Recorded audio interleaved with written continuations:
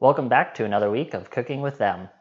This week I'm going to take on a recipe that I've modified a little bit since discovering my food allergies. Originally I made tostadas, and now we're going to look at what I've turned into an allergy-friendly taco salad. I'm on a journey to discover what goes into the food we eat, why it matters, and how we can use this knowledge to make our own cooking taste better. After being diagnosed with 17 food allergies, I'm determined to relearn how to cook, rethink how to eat, and reimagine what mealtime looks like.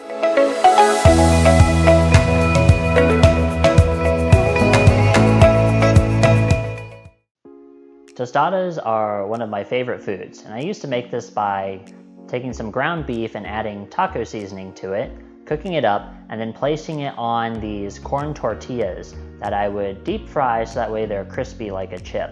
And of course I would top with some fresh Pico de gallo. As I learned about my food allergies, I had to start making some changes to this recipe. One of the key changes I had to make was getting rid of the cheese that I would add to the taco meat. Now the problem with getting rid of the cheese is you have this little chip basically with a bunch of toppings on it, and the cheese kind of helps hold everything together on top. Now as soon as you take a bite into that chip when there's no cheese on it, everything just flies off all over the place. The new version of this dish is more similar to a taco salad. We're going to add some homemade taco seasoning to our ground beef, and since it's a summer staple, we're going to make one substitution to our pico de gallo, with the addition of some watermelon. For the pico, we're going to get started by chopping the bell pepper. Never forget to remove the stickers from the bell pepper. I've done that before. You get a nice little surprise when you're eating it. To chop the bell pepper, we're going to cut the top off. Have a nice open bit there. And we're going to do the same thing for the bottom. What we have now is a nice cylinder with a flat top and bottom. We're going to then cut out the center part. And now we can slice our roll of bell pepper in half. We're going to go ahead and just cut off each of these little ribs that are left on here. This will probably be easier with a smaller knife. Now we essentially have strips of bell pepper, and we're going to go ahead and dice these by cutting them into thin pieces and then chopping crosswise. Now we have a bunch of thin little strips here. We're going to line those up and then cut them into small cubes. Now you don't have to worry about getting all the cubes the exact same size, but you want to try to keep them similar and consistent.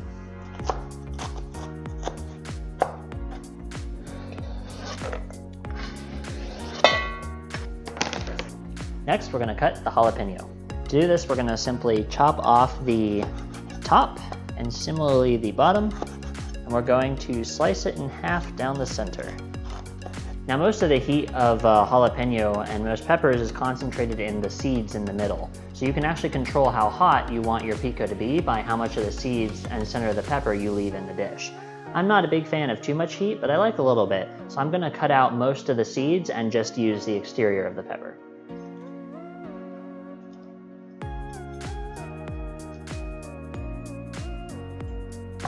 We're going to now cut each of the halves into strips and then just dice it crosswise the same way as the bell peppers. I would strongly advise against touching your eyes or other areas of your face while doing this. I have also made that mistake before and the results weren't pretty.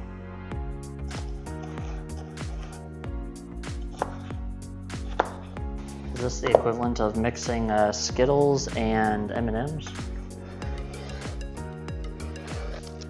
Next, we're going to chop the onion.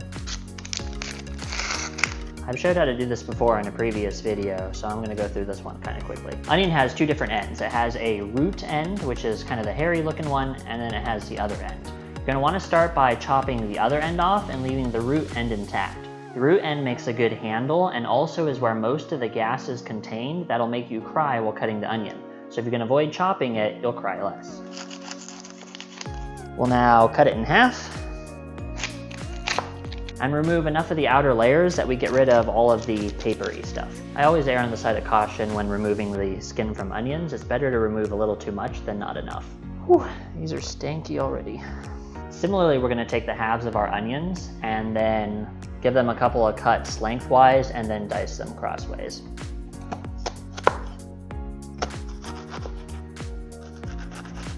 Now with the layers of the onion, we should have little pieces that are about the same size as our peppers. Go ahead and add these into the bowl.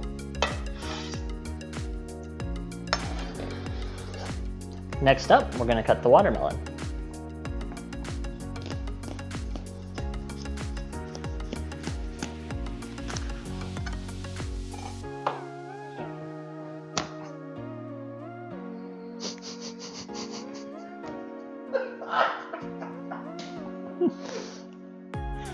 Cooking is always a mess. One mess after another. Jeez. Alright, well, we're running with it. It's because I think it started to dry out a little bit.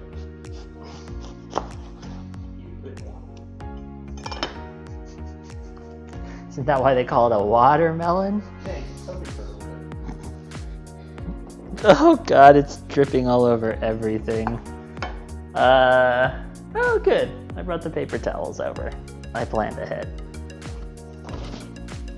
Well, on the plus side, because I am now wet, I am now cool, which makes this a cool, refreshing summer treat. Back to pretending like I know what I'm doing. You know what? I'm just gonna like put a bowl down here and just let it all run into the bowl.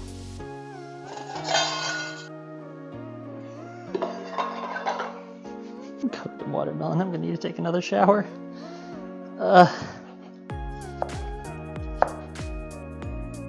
Finally, we'll finish by chopping the cilantro. Chopping cilantro is pretty straightforward.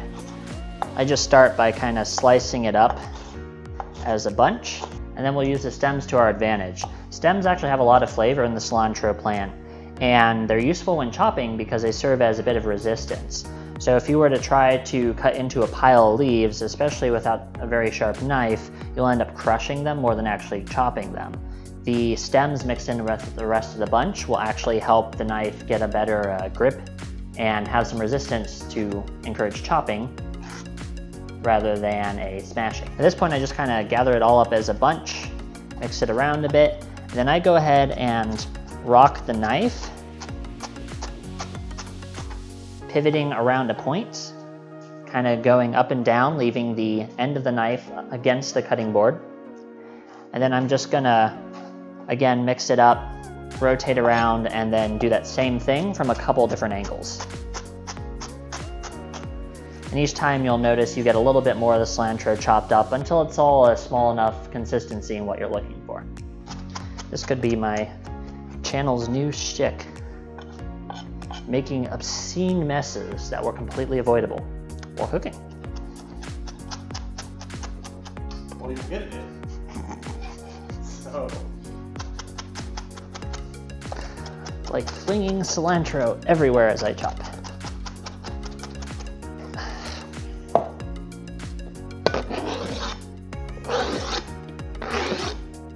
We'll go ahead and mix up our Pico ingredients.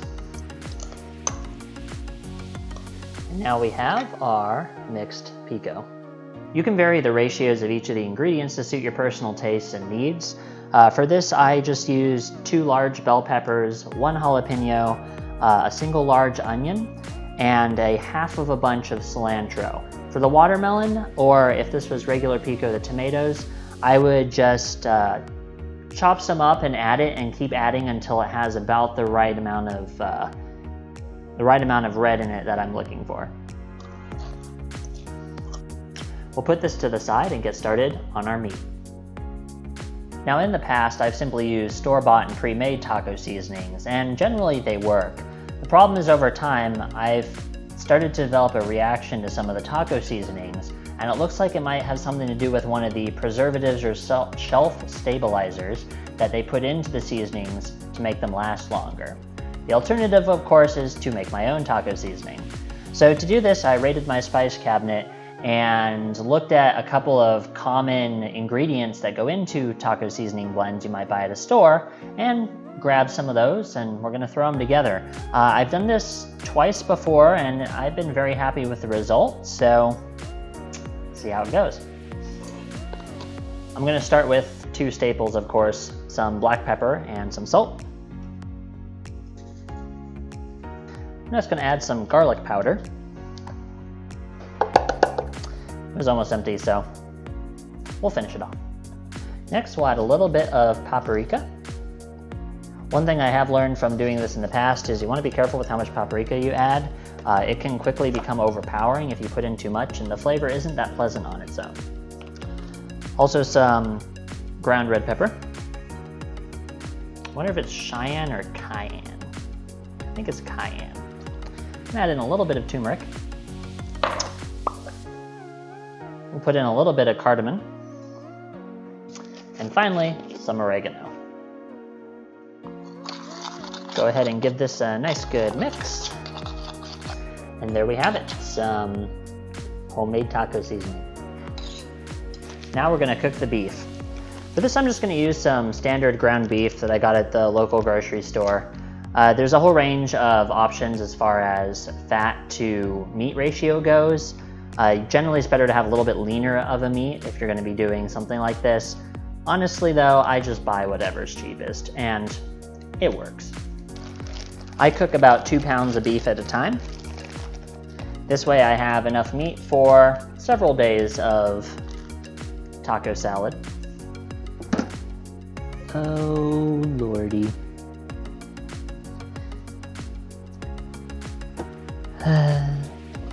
I have watermelon juice inside of my drawers.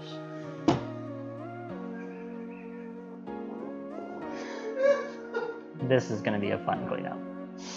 You're going to want to make sure that you break up the ground beef. It'll quickly become apparent if the beef is still partially frozen. If you froze it, it'll be difficult to break up. Now, if you ever use those pre-made seasoning packets, they have instructions for them, a couple different ways to add seasoning. Some people will put it directly on the beef. Some people will cook the beef down, remove the excess liquid, mix the seasoning with water, put it back in, cook the beef more. I just throw the seasoning on top of the beef because it's the simplest, and again, it works. We're gonna go ahead and cook this thoroughly. Want to make sure that there's no pink left, and that it is completely brown all the way through. This one. Again, I'm not giving a specific temperature or time because the goal is just to cook the beef through. As a very obvious color change once it's cooked, just make sure that there's no pink left.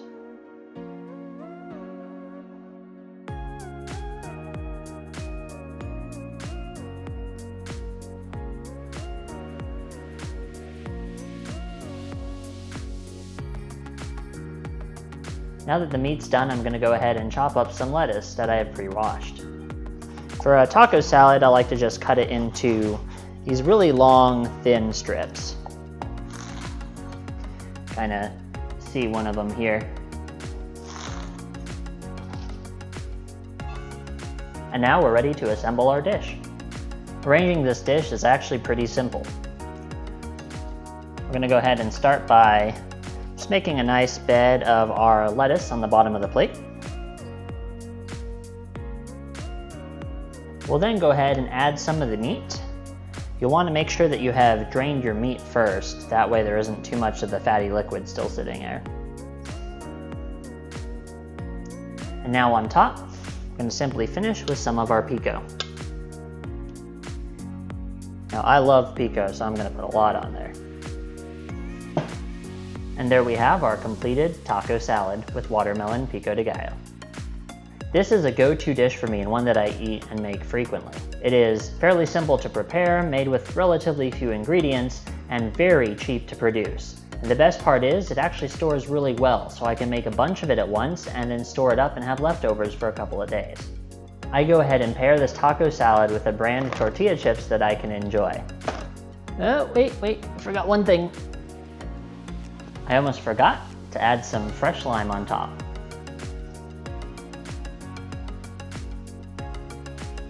That'll make a nice garnish. And there we have it, our taco salad with watermelon pico.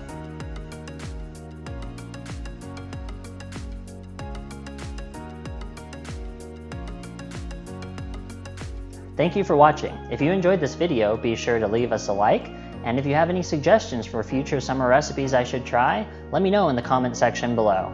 Make sure you're subscribed so you don't miss our future videos. See you next time.